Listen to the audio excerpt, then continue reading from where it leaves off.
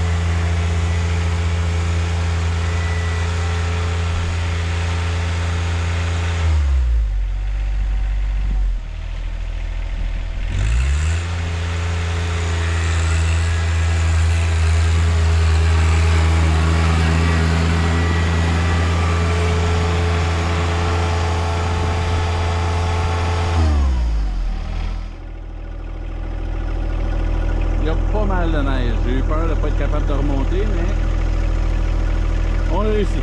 On continue.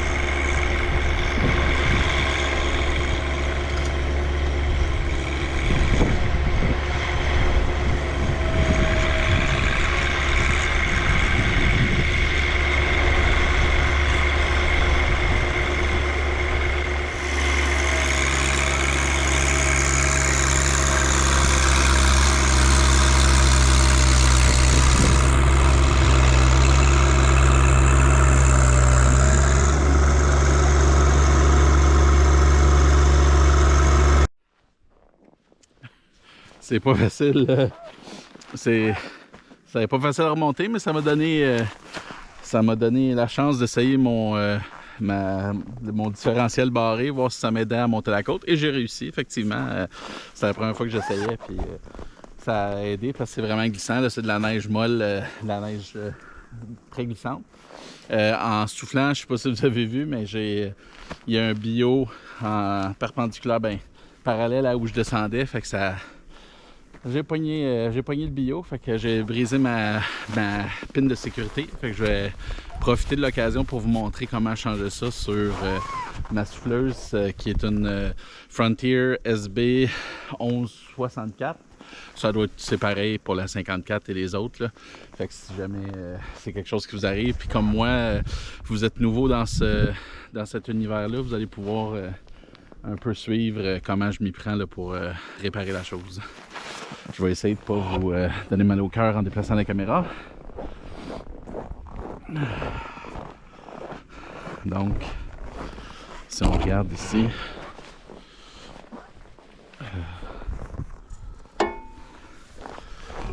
là, c'est ici à l'arrière de la souffleuse.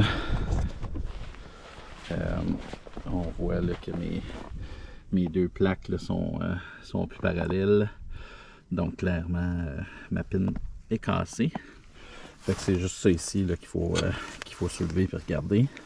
Il y en a une autre, à date, ça m'est arrivé 2 fois. L'autre place, c'est vraiment après le PTO, ici, en dessous de cette plaque de métal-là. Ça, c'est la pin principale. J'ai été chanceux jusqu'à maintenant. Ça ne m'est pas arrivé. Fait que j'ai pas à la remplacer, mais on va commencer par celle-là, puis on va pouvoir continuer après. Bon, on va changer ça. Fait que voici la pine en question. Pour ceux qui ne savent pas c'est quoi, parce que moi il a fallu que j'apprenne. Je suis pas quelqu'un qui a grandi avec la machinerie, fait que c'est toutes des nouvelles affaires. Ces pins-là, c'est des pins qui sont essentiellement faites pour casser. Comme ça, plutôt que ce soit toute la souffleuse puis les grosses parties mécaniques qui brisent, la chaîne ou la vrille, ben c'est l'écrou de sécurité qui...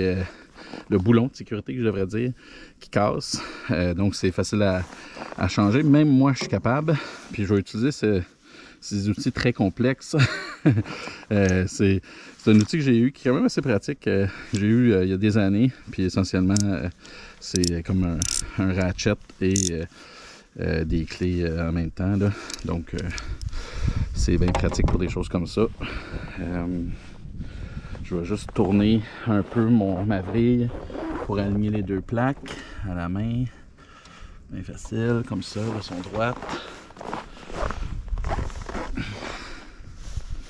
Là, je vais mettre la tête dans le fond. L'écrou sur le bord, vous allez voir mes talents de mécanicien. C'est-à-dire mon absence de talent de mécanicien. Mais probablement pas grand-chose, mais c'est vraiment juste une question de remettre un boulon dans le trou.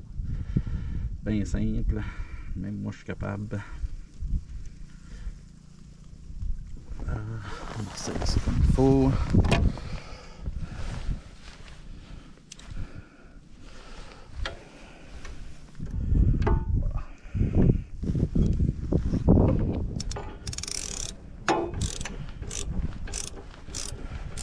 Pas besoin que ça soit serré sur la tête.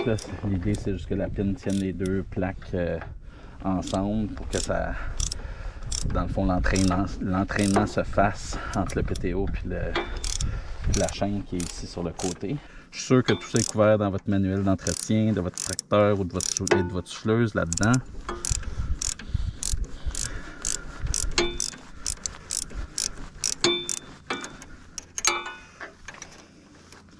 Je suis sûr qu'il y a une façon plus efficace de faire ça, mais bon, ça va être fait. Voilà. Ça, c'est vraiment juste à côté. Ça c'est nono, mais ça aussi, c'en est une autre, je ne savais pas c'était quoi. J'ai tout le temps vu ça sur des équipements, je me demandais, à quoi ça sert? Puis c'est votre manuel, vos papiers, manuel d'entretien et compagnie sont tous là-dedans. Donc, prenez la peine de le lire. Je suis sûr qu'il y a bien d'informations pertinentes. J'avoue pas avoir lu celui de ma souffleuse. J'étais en train de lire celui de mon tracteur. Puis d'ailleurs, je vais sûrement faire une vidéo sur le graissage.